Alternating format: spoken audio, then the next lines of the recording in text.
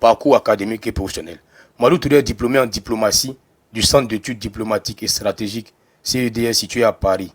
Il est aussi titulaire d'un master en affaires internationales à l'École des hautes études internationales HEI de Paris, dont fait partie CEDS, suivi d'un exécutif master en politique et management du développement de Sciences Po Paris. Il rentre en Côte d'Ivoire vers 2008. Madou Touré est conseiller technique chargé de la jeunesse et des sports à la présidence de la République de 2011 à 2016. Il est chargé du suivi de la mise en œuvre du programme présidentiel dans le secteur de la jeunesse et des sports. À ce titre, il suit les projets de la CAN 2021, la construction du stade olympique de Pempé, le projet Inclusion sociale jeune de l'ESC2 et l'ESC2, là, ça veut dire Organisation pour la coopération et le développement en Europe, et les Jeux de la francophonie 2017 pour lesquels il pilote la candidature de la Côte d'Ivoire. Il représente le président de la République au sein du Conseil national du sport. En janvier 2017, Madou Touré est nommé secrétaire d'État chargé de l'enseignement technique de la formation professionnelle dans le gouvernement Koulibaly 1. Il reste en poste jusqu'en juillet 2018. Le 18 juillet 2018, Madou Touré est nommé ministre de la promotion de la jeunesse et de l'emploi des jeunes de Côte d'Ivoire dans le gouvernement Koulibaly 2. Sa mission est de mettre en œuvre la politique nationale en matière de promotion de la jeunesse en facilitant l'insertion socio-professionnelle, l'autonomisation et l'auto-emploi des jeunes. Depuis le 6 avril 2021, en plus de sa mission d'insertion des jeunes, Mamadou Touré s'est vu confier le service civique. Il occupe désormais le poste de ministre de la promotion de la jeunesse, de l'insertion professionnelle et du service civique de Côte d'Ivoire. Parcours politique. Pendant et après ses études, Touré est actif dans l'organisation du RDR en France et en Suisse. Il est choisi en 2008 au cours du deuxième congrès du RDR pour la lecture de la motion qui désigne Alassane Ouattara, candidat pour l'élection présidentielle de 2010. Il est soutenu par Amadou Koulibaly. Il est membre du directoire du RADP et secrétaire national, porte-parole adjoint du RDR en 2014. Il est également porte-parole jeune du candidat Alassane Ouattara en 2010 et en 2015. En 2016, il brigue son premier mandat électif à Daloa, lors des élections législatives du 18 décembre 2016. Touré obtient 79,92% des suffrages. En 2020, il est nommé porte-parole du candidat à l'élection présidentielle Alassane Ouattara et directeur central de campagne chargé de la jeunesse du candidat du RADP. Mamadou Touré est réélu député de la circonscription de Daloa en 2021. Tête de liste du RADP coalition au pouvoir lors des élections législatives du 6 mars 2021, il obtient un score de 55,29% des suffrages exprimés. Depuis le 1er mars 2022, Mamadou Touré est membre du directoire du RADP, présidé par Gilbert Kafana Kouné. Dans cette nouvelle équipe, il occupe le poste de porte-parole adjoint du RADP. En janvier 2023, il est désigné candidat du RADP au conseil régional du Haut-Sassandra lors des élections régionales de septembre 2023. Sa liste l'emporte avec 59,5% des suffrages face à celle d'Alphonse Didier Madi, PDCI, PPACI, et Mamadou Touré devient président du conseil régional du Haut-Sassandra. Puis après, je suis allé, j'ai tapé, j'ai cherché Zasso Patrick, j'ai tapé, j'ai retapé, j'ai tapé Zasso Patrick, j'ai tapé Dagro Zasso Patrick, je viens ici, je tape, je vais sur Chrome, je vais sur Google, j'ai rien trouvé, rien. Bon, je vais essayer encore, Zasso, voilà, Zasso Patrick. Après, j'ai tapé, j'ai essayé, j'ai mis en global, ah, c'est sorti, attends, j'ai mis en global, Attends, peut-être qu'en global, quelque chose va sortir. En global, Patrick. Attends, Zasso, attends, je mets Zasso en global. Oh, c'est sorti. Attendez, il y a quelque chose qui est sorti. Zasso en global. Après plusieurs années d'exil, Zasso en global. Ah, bon, je vais lire ça. Je vais cliquer. Ils sont en train de rire. Attends, je vais lire ça. J'ai tapé Zasso. Ok, Côte d'Ivoire. Après plusieurs années d'exil, Zasso Patrick en global regagne Abidjan. Il est accueilli par Ahmed Bakayoko. Je vais lire. Ah non, il n'y a rien. Mercredi 16 septembre 2018, plus connu sous le nom de Zasso en global, Zasso Patrick a regagné Abidjan. Ah ouais. Ok.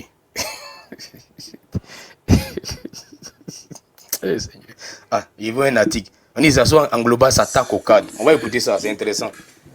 Ce soir, je serai sans langue. Non, ça c'est long. C'est long. C'est après. Après, on va jouer ça. Les gars, ici un Michel. Ici un Michel, non. Vous pouvez faire mon micro.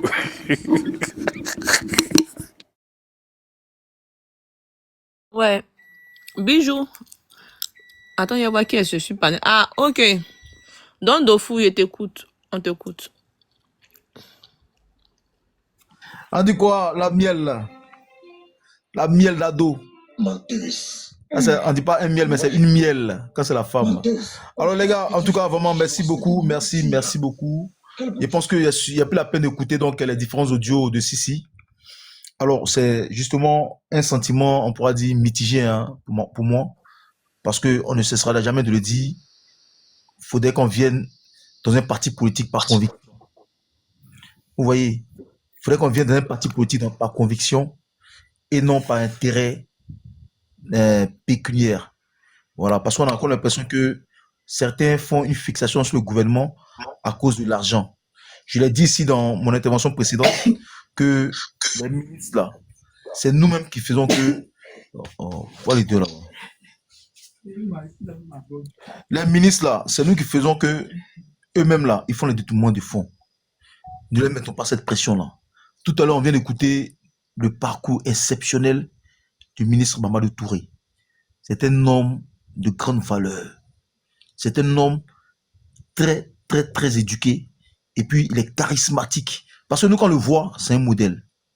Voilà. Aujourd'hui, c'est pas la peine de tirer sur quelqu'un qui est un modèle pour la jeunesse. Voilà. Moi, j'ai pas grand chose à dire concernant donc le cas du grand frère Zasso. Parce que, il faut le dire, ce sont des personnes, en fait, vous tous, vous êtes des personnes qui nous ont inspirés. Moi, j'essaie de le dire, chaque fois que je vois les généraux, excusez-moi, hein.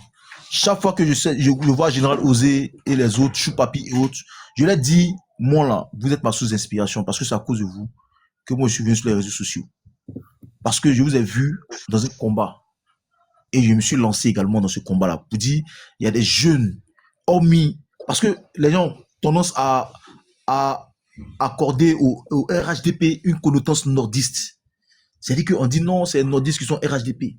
Mais aujourd'hui, quand je vois des jeunes frères, BT, Annie, Baoulé, qui font le combat pour le RHDP, on a compris tout de suite que ce parti-là, mine de rien, est en train de devenir un parti national.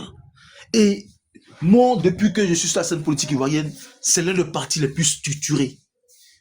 L'un des partis les plus, ou du moins le parti le plus structuré de la Côte d'Ivoire. Vous me regardez les pré-congrès. C'est-à-dire que c'est le seul parti qui fait des pré-congrès pour faire des comités scientifiques avec les adhérents, pour prendre leur avis. Vous voyez, c'est un parti qui respecte l'opinion publique. Et quand tu es dans un tel parti, tu es heureux. Tu es très heureux. Mais en même temps, je le sais, je le dis, peut-être que certains ne savent pas ce que c'est qu'un parti politique. Le parti politique, même s'il est au pouvoir, c'est nous, les adhérents, qui faisons ce parti-là. Pour ne pas qu'il y ait les détournements de fonds, pour ne pas qu'il y ait les détournements des deniers publics. Donc, on s'attelle à cotiser ensemble pour que ce parti soit existant, encore plus fort sur la scène politique nationale. Donc, ne pensez pas que, parce qu'on s'est battu, on se suit. Il y a position de l'autre côté là, voilà. Si, ton micro. Voilà. Joan Tano, partisan comme adhérent, c'est la même chose. Quand tu adhères à un parti politique, tu es partisan de ce parti politique-là. Non, je pense que faut pas me poser cette question-là. C'est partisan d'un parti politique, mais ils ont adhéré au parti. Donc, en même temps, ils sont adhérents et des partisans du parti politique. Donc, Joan, j'espère que tu as bien pris cette notion-là. Maintenant, je dis, ce sont les adhérents et les partisans ou les partisans qui font vivre le parti politique à travers les cotisations. Donc, ne pensez pas que parce que vous avez lutté pour un parti politique, forcément, on doit vous être redevable. Il y a au moins, dans un parti politique, il y a au moins 2 millions d'adhérents, 2 millions de partisans. Mais si le gouvernement, parce que c'est le parti au pouvoir, doit prendre l'argent pour donner à chaque partisan, mais dans ce cas-là, c'est qu'il n'aura rien de subsistant sur la scène politique. Donc, ne pensez pas que parce que vous avez lutté pour quelqu'un, il est obligé d'être redevable envers vous. Non, il n'est pas obligé d'être redevable envers vous. Parce que vous l'avez mis là pour changer la vie des Ivoiriens. Est-ce qu'on se suit un peu? Monsieur Zasso, je sais que si tu es dans ce direct, tu vas entendre ce que je dis. Quand tu te battu pour le président Alassane Ouattara, d'après toi, parce qu'on a tous vu la scène de 2010 où vous avez trahi Alassane Ouattara. On suppose que tu es revenu au RHDP. Mais quand tu reviens là, c'est pas pour que Alassane Ouattara puisse vous partager de l'argent chacun. Non. C'est pour que la vision d'Alassane Ouattara se répercute sur tous les Ivoiriens. Sur tous les Ivoiriens. Donc, on se bat toujours pour maintenir le parti au pouvoir, pour que nos idéologies, ce que nous demandons au président de notre parti, qui est aujourd'hui à la tête de l'État, puissent appliquer pour tous les Ivoiriens. Est-ce qu'il me fait comprendre, même si, je ne sais pas s'il doit bien me l'expliquer. C'est-à-dire que nous, on se bat pour un parti politique. Nous sommes dans un parti politique. On se bat pour accéder au pouvoir. Mais quand on a ce pouvoir-là, c'est pas pour que celui qui a la tête là puisse prendre l'argent de l'État pour nous distribuer à la fin du mois. Non. C'est parce que nos idéologies, ce que nous voulons que notre parti fasse pour le pays, là, c'est pourquoi on se bat pour être à la tête. Mais on ne se bat pas pour que le parti vienne nous donner de l'argent. Non, non, non, non, non, c'est pas comme ça. Ça se passe pas comme ça. On se bat pour que le parti reste au pouvoir, pour maintenir le bien des Ivoiriens. Voilà le combat. Donc, je pense qu'il y a certaines personnes qui perdent le fil conducteur de ce que c'est qu'un parti politique. Dans le cas du Grand Frère Zasso. Parce que quand je suis tes interventions, non, mais c'est beaucoup lucratif. C'est beaucoup de questions d'intérêt public, personnel, autant pour moi. C'est beaucoup de questions d'intérêt personnel. Et là, c'est pas ça le combat. C'est pas ça le combat. Voilà. Vous voyez. Donc, sortez des émotions. Sortez des émotions. Grand frère, ici, j'ai une proposition à te faire. Je sais que tu n'es pas obligé d'écouter ma voix. Tu vois, mon grand frère, je sais que tu n'es pas obligé d'écouter ma voix. Mais ce que je te dis là, en tant que petit frère, c'est vrai. Zasso a fait quelque chose de mal. Mais vous savez, quand vous accordez de l'importance à quelqu'un à travers un canal de communication, vous rendez cette personne-là, vous starifiez cette personne au fait. Est-ce que vous comprenez? Vous starifiez cette personne. Aujourd'hui, prenons le cas de M. Tidiane Thiam. C'est une personne qui est incognito sur la scène politique ivoirienne, de tout son parcours brillant. Mais parce que on a tellement parlé de lui, cette personne-là est en train de devenir star en Côte d'Ivoire. Si elle avait ignoré, je pense que Tidiane Thiam ne serait même pas en train d'aller dire il va aller faire sondage et que c'est lui qui le met devant. C'est nous qui avons contribué à ce qu'il parte faire sondage et puis se fait gonfler avoir les ailes pour dire lui là, il a un potentiel électorat devant Alassane Ouattara. Parce que c'est nous qui l'avons fait. Parce qu'on a passé notre temps à faire des panels sur lui. On a passé notre temps à parler de lui. On l'a starifié. On l'a starifié. Donc, ne starifions pas le Grand Frère Zasso. Laissons-le dans son mirage. Laissons-le dans ses illusions perdues. On a un combat à mener. Moi, je le dis parce que j'ai pas grand-chose à dire. Quand quelqu'un est traître, laissez-le avec sa conscience. Quand quelqu'un agit de manière négative envers tout le monde, laissez-le avec sa conscience. Vous savez, la conscience qu'elle a là, c'est l'arme la plus destructrice au monde. La conscience, le réveil de la conscience est l'arme la plus destructrice au monde. Parce que conseille pas. Ce sont tes actes là qui vont toi-même te conseiller. Moi, je vous en supplie. C'est vrai, vous n'êtes pas obligé d'écouter. Mais, faut pas, on va trop parler de lui. On a trop de combats à mener. On a trop de combats à mener. Laissez-le dans ses folies. Ses folies de grandeur. D'après lui. Aujourd'hui, il attaque Kokora. Mais Kokora, c'est l'image du RHDP présentement. C'est l'image, c'est le porte-flambeau communicationnel du RHDP. Mais quand on fait ça, M. Kokora, mais peut-être lui-même là, il va aussi perdre le fil conducteur de tout ce qu'il est en train de faire. Vous voyez? Donc, il faudrait qu'on le laisse dans ça. C'est vrai, ça fait mal.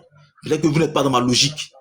Vous le biamant. Mais si vous passez votre temps le biamant, 5 jours là, c'est 5 jours qu'on a perdu pour faire une communication autour de M. Alassane Ouattara, qui est notre leader essentiel, qui est l'homme providentiel de notre parti politique. Voilà ce que j'avais à dire. Voilà. Donc, excusez-moi, peut-être que ça va toucher certaines personnes, mais moi, c'est pas mon intention. Mon intention, c'est que nous visons haut. Nous laissons des personnes qui n'ont pas conscience de ce qu'ils ont fait dans le passé et qui n'arrivent pas à rattraper leur erreur, qui veulent toujours persister dans la logique d'erreur. On peut les laisser comme ça. Maintenant, si vous voulez qu'on continue de parler de lui, on va continuer à parler de lui. Voilà, ça, c'est ma suggestion. Sur ce, voilà, j'ai fini de parler. Merci. Ok. On va prendre un opposant. Oui, Miel, moi je suis là. Hein. On t'en reprend Bijou d'abord. Miel, Oui. laisse Gilberson parler. Il est en juste en D'accord, bas. donc, ok. Laisse-le parler. Et puis les D'accord, autres d'accord. vont. Voilà. Et moi, je vais m'apporter pour la prière. Si je passe en pause, il faut me faire signe. Ok. Bonjour, Iberson. Bonne arrivée. J'espère que tu vas Oui, bien. oui, oui, je vais très bien. Je-